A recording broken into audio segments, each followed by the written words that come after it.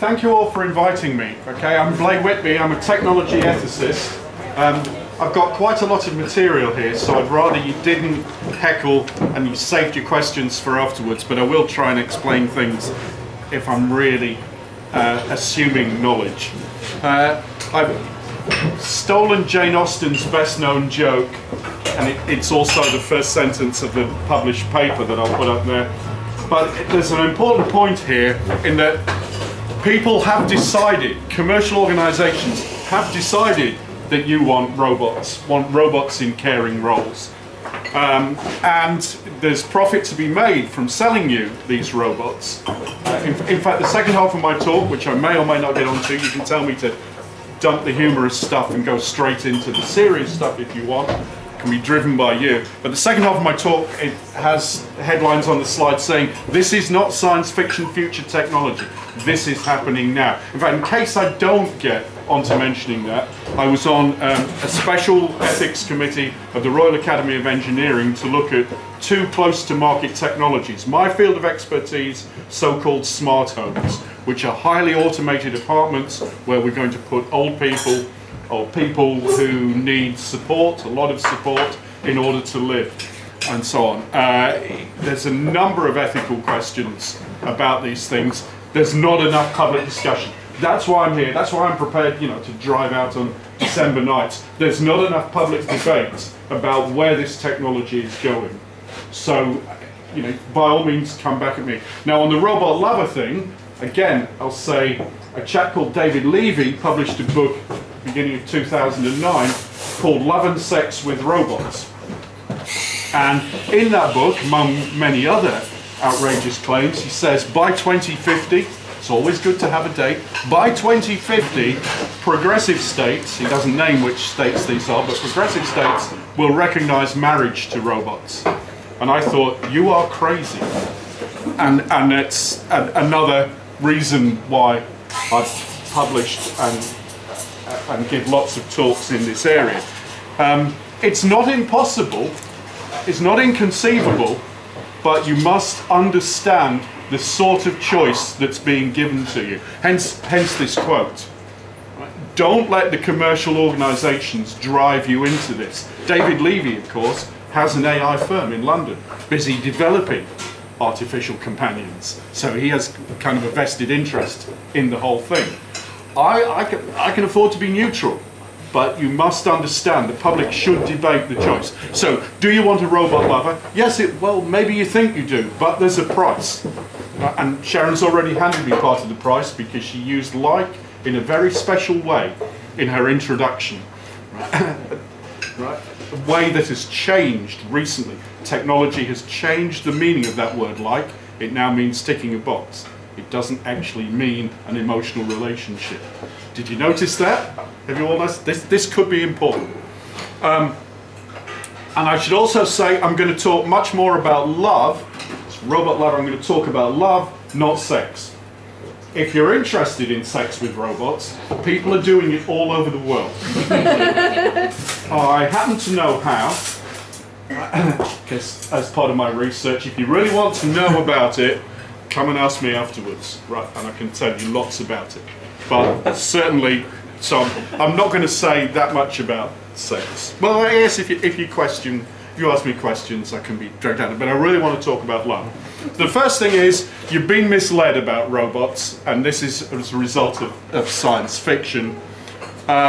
It's very easy to get an actor or an actress to dress up and pretend to be a robot. Real robots are not like this. So these are not robots. These are actors pretending to be robots. This is not a robot. This is a human pretending to be a robot. And even my personal favourite, the Buffy bot, I'm afraid, is not a robot. This is an actress pretending to be a robot.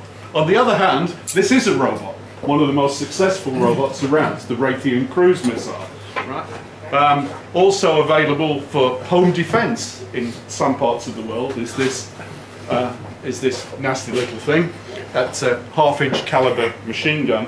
As for how successful they are militarily, the US soldiers call them Taliban resupply vehicles because what happens to them is they get kicked over and the machine gun gets stolen not terribly successful.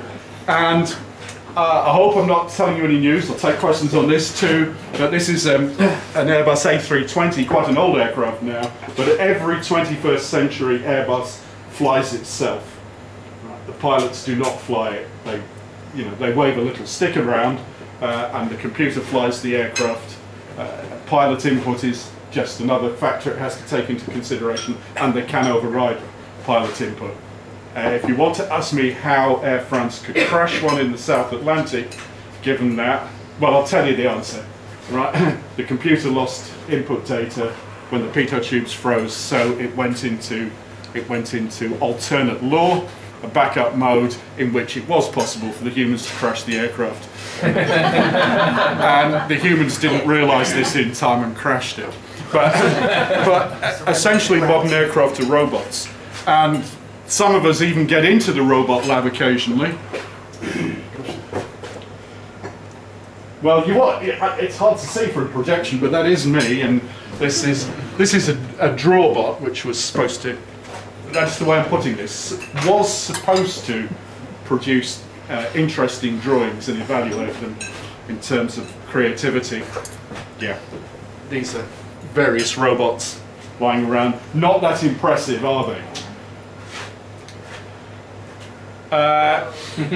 On the other hand, the Japanese have a very positive evaluation of robots. In fact, if I was going to give you caricatures, I'd say robots. The Americans say, oh, what a great idea, we can use them to kill people.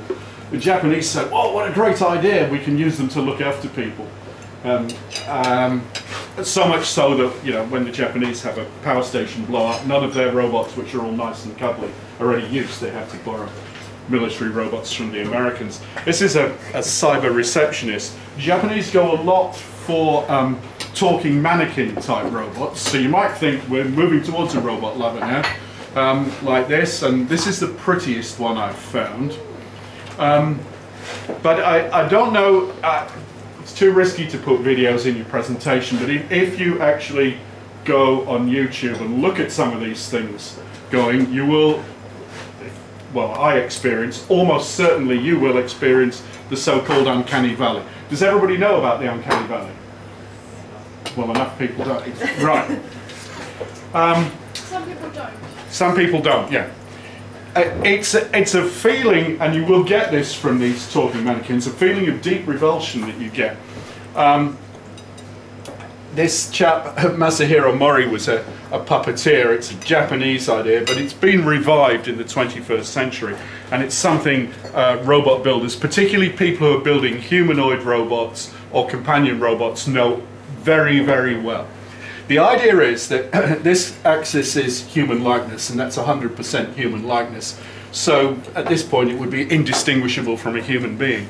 Maybe I could do this with technology. But while people's familiarity here, their positivity towards it increases as it gets more like human, at some point, roughly 80% human likeness, there is this value. There is this deep revulsion for something that's almost but not quite human. The hypothesis is that humans have evolved to be repelled by people who look very ill or move in a very strange way, in an awkward way. That's the hypothesis. And every so often some robot maker says, I've got an animatronic face or something that is the other side of the uncanny valley. This is what they, but when you go to look, when you rush down to Bristol to look at it, maybe it's not. But that is the goal. Maybe eventually we will build things that are the other side of the uncanny valley. In other words, indistinguishable from human emotion. But if you look at these Japanese talking mannequins and so on, you'll probably feel here this deep sense of disquiet, which I do. Yeah, and notice that people who sell robots commercially, when they make an Aibo dog, or what's Honda's little Aibo, is it? I know, Aibo's the dog. What's Honda's little robot? Asimo. They stay down here. They stay this end. They stay recognisably a robot, not looking too natural. Right? Very clever marketing. You've got to stay away from the uncanny valley. If you get close to humans, you want to know how all these people having sex with robots deal with the uncanny valley, then you'll have to speak to me afterwards. But, well, there you are, the uncanny valley. It's one of those things, trips off the tongue for all. Have I made that clear? Can I move on? Okay, so let's talk about love. Can you love a robot? I think the answer is probably, but here I'm going to indulge in a quote from the 21st century Jane Austen. Nobody guessed who it was, so I'll name the 21st century Jane Austen just so you know. It's Susan Nixon, right? And if you can love a robot, you're pretty strange. You're still looking at me, aren't you? No one's heard of. Anyone heard of Susan Nixon? Okay, even if I show you the still that I've taken it from the bank chambers there, so you're pretty strange then. Okay. Another thing to ask me. More philosophically interesting is the question, can the robot love you? Okay. And I think really deep, this one, really interesting. And of course, the philosophical answer trips off the tongue very easily again. It all depends what we mean by love. You don't need a philosopher to tell you that. But what is really useful, where the philosophy comes in useful, is if I say the definition of love has changed spectacularly over philosophical history. Anybody read this? Available online. If I published it, the Sun readers would burn down my house. Symposium, I used to translate it as piss up when I was in school. And that's why I still laugh when I hear it used in an academic context. It's an all-male drinks party, basically. That's what a symposium was. Yes, with wine served usually by nude slaves of both genders in large flagons. 385 BC, classical Athens. The symposium that we have as literature now is Plato's Symposium, where he says, let's send the flute girls away and discuss philosophy, and they come up with various definitions of love in that. And I'll point out that we still have the word platonic in modern English that comes from Symposium, although we don't use it in strictly the same way that Plato did. Agape is the Christian notion, probably taken mainly from St. Paul's letters to the Romans, I would think, about loving everybody, about having a feeling of love towards everybody. Post-Renaissance, the notion of romantic love, often unconsummated romantic love, becomes common. And of course, the writer that I put right at the beginning, Jane Austen, introduces the notion of love as having an important commercial transactional element to it, which is one of the reasons why she's remained a controversial writer. And I put Facebook up here because, what can I say? When I first went into technology ethics, I thought it would be a really lonely place to be, and I'd just be able to do whatever I wanted. And then suddenly, you know, well, what I failed to foresee is just how useful a technology ethicist would be. And now, you know, when people say, what's technology ethics? I just have to say, Facebook. And they go, oh yeah, right, I get it. Mark Zuckerberg, I hope you know who that is, has changed the definition of a number of words. We just had like, as an example. To me, because I'm old, a friend, the meaning of the word friend is someone who phones at 2 AM and you say, right, I'm on my way. Okay? That's not what friend means on Facebook. Not even close, I suspect. So, can definitions of love change? For sure. Can you love a robot? Yes, but the price is we're moving to a different society. We're moving to a different type of love.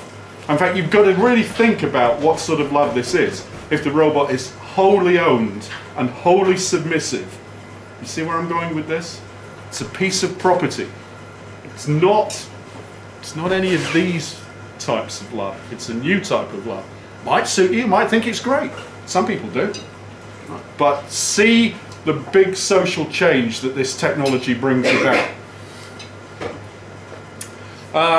Okay, Let's say another good one. Notice there's no T in that second line.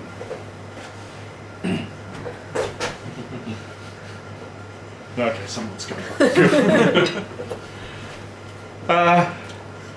It's very easy.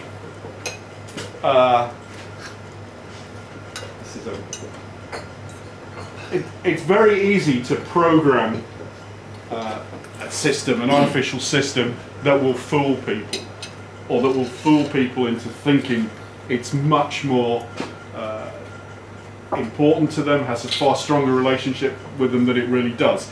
This I know because in 1968 a chap called Joe Weizenbaum wrote a program called ELIZA as a joke. It was a joke. And what this program did was it took bits of text that was input to it, turned it round and said, why do you say that? Or, you know, tell me more about it.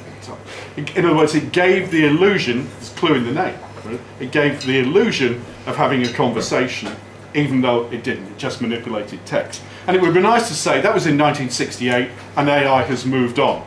But the bad news I have to give you is it's now 2013 and there's been no moving on. In 2012 I took part in a Turing test at Bletchley Park. I'll tell you what the Turing test is in a second if you don't know. And the idea, well, the chief contesting programs were chatbots just using ELIZA technology, just churning out bits of canned text and pretending to have a conversation, although understanding nothing. One of the first so-called uses for ELIZA was a program called Therapist, which simulated a non-directional therapist and encouraged people to talk, well, talk in quotes here, be very careful, type things into the computer. Is that dead? No, it's not. In fact, you maybe don't know this, and it's really worth saying it. The World Health Organization has declared depression an epidemic in a number of countries, including this one. NICE, the National Institute for Clinical Excellence in Health, recognizes, well, the only treatment it recognizes for depression are various forms of CBT, cognitive behavioral therapy. The reason for that is, well, they're the only ones that you can demonstrate scientific effectiveness for. But here's the punchline. NICE recognizes cognitive behavioral therapy delivered by a computer, CCBT, as an effective therapy. In fact, the figures, I've written a paper on the ethics of it with a colleague in clinical psychology.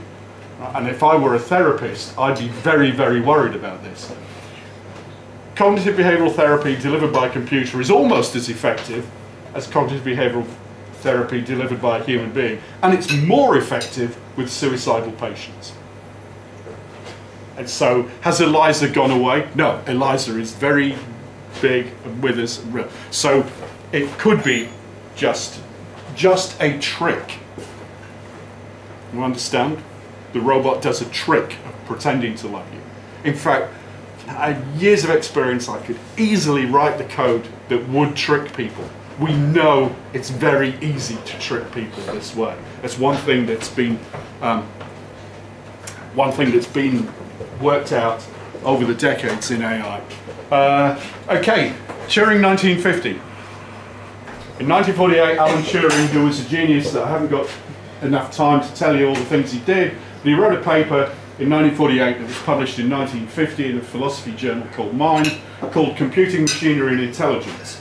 It tackles head-on the philosophical question, can a machine think? And what he says is, that question's too vague, too meaningless, I can't discuss that. Instead, I'm going to propose a game, the imitation game. And in the imitation game, you have a man and a woman and a person who has to work out who's who, even though they can't see them, through what they type into terminals. And he says the best strategy is for the woman to answer honestly and for the man to say, don't listen to him, I'm the woman. And anyone who goes in online chat rooms knows that that's what's going on all the time. I believe it's rule 30 of the rules of the internet. Anybody know the rules of the internet? Is it? I think it's rule 30. Yeah. Yeah, there are no women.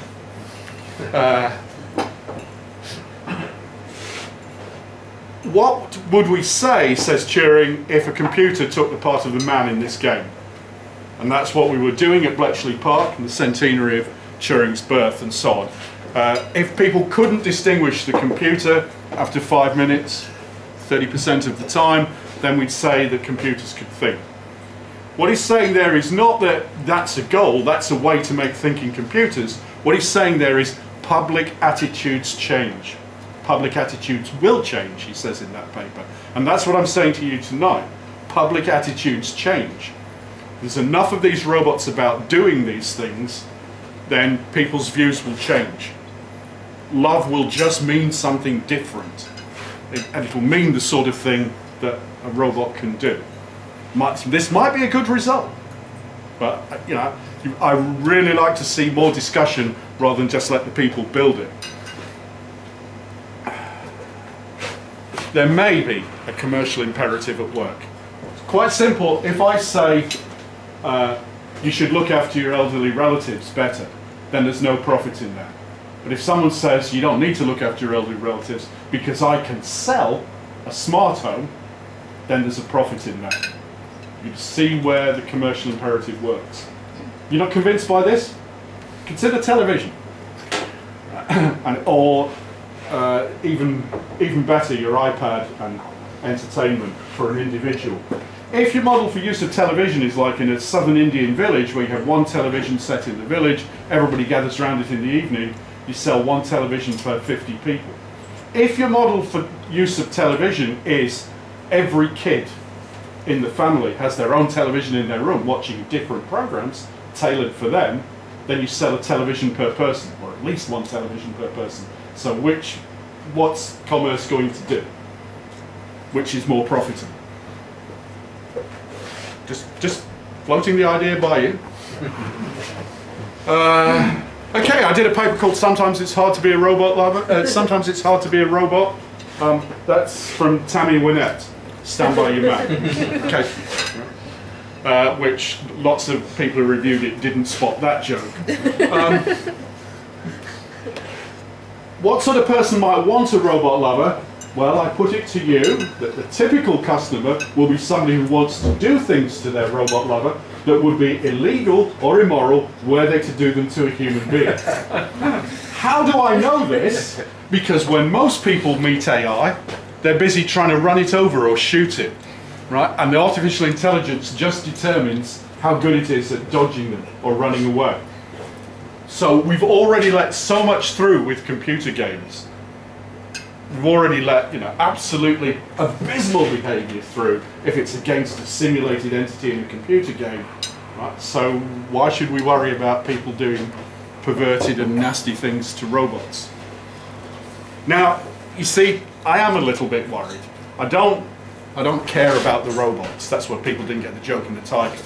I'm not interested in, because I can't make any sense of robot suffering. But I am interested in what's happening to the humans who want to do this all the time. This may not be a good move for the humans. And I know this is controversial because I've had, 30 years of students turning in essays saying I've been playing Doom, Duke Nukem, GTA 4, Left 4 Dead, Call of Duty, or whatever's fashionable now, with extra blood, for 10 years, and it hasn't turned me into a murdering psychopath yet. Right? And I have to try and explain to them why that is no sort of argument. Will people do nasty things to robots? Of course. So that's another worry I have. Previous technologies give reason to worry, right? And if we compare them to computer games, it may already be too late. I've still got 5 minutes. Okay. Right. Let me just segue slightly into caring notions and the notion of care, because you might say, oh right, you've convinced me about love. But let's look at caring technology, because that's not mythical future technology. There's lots of caring technologies are already available or coming very quickly. Smart homes I've talked about, and I'll talk about plenty more if you like. They're ready to go. They're happening now. Cybertherapy I've talked about, that is happening now. I can't speak for Bournemouth, but I know that all the undergraduates at Sussex have access via the university academic internal computer system called Sussex Direct. They have access via that to an online cybertherapy program called CALM with a K.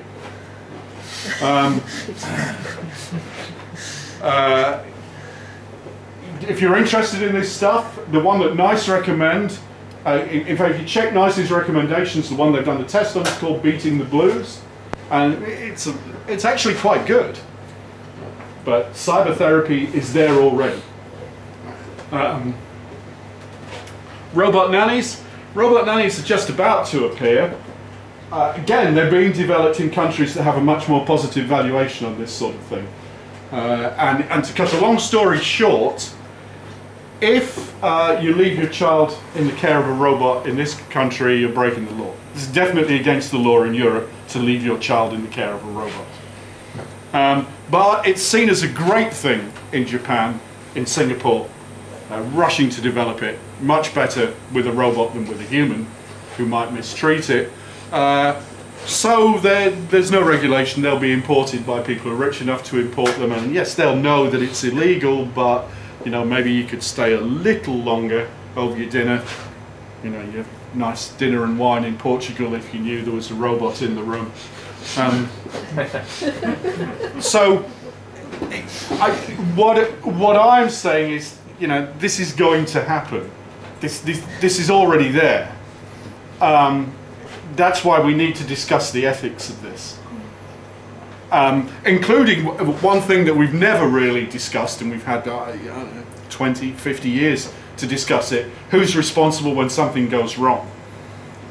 Or when there's a defect in the code.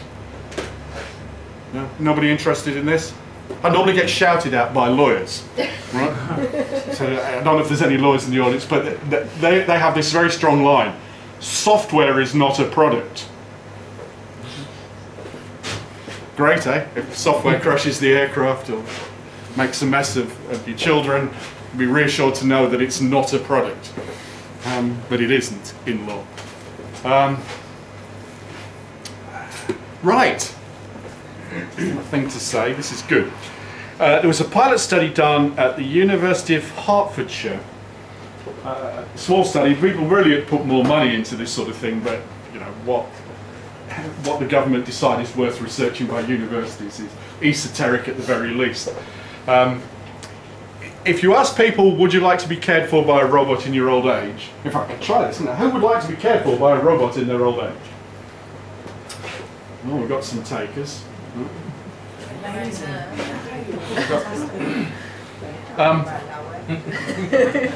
If you ask people, if you don't ask people that question set like that, you say, how would you like us to develop supportive technology that will enable you to live independently in your own home for longer? Then many more people say yes, even though it's the same thing. It all depends how you phrase the question. All this stuff available. One thing you might want to discuss is CCTV. I find undergraduates, because they've grown up with it, completely relaxed. Do you mind having CCTV all over your flat, looking at you all the time, even in the bathroom? Yeah, what's the problem? Right? But people over 60 who might be moving into this are not so relaxed about CCTV. In fact, when people are putting their elderly relatives into a smart home, that's the one that people pick up. Am I against this? No, I'm not. In fact, I'd say some of the elements of this, particularly, has everybody heard of telemedicine? No. Okay, lots of people heard of telemedicine. But the thing about telemedicine is it's generally liked. I mean, obviously it can be done well or done badly, but generally it's popular with both patients and doctors. So there's all sorts of positive elements to this.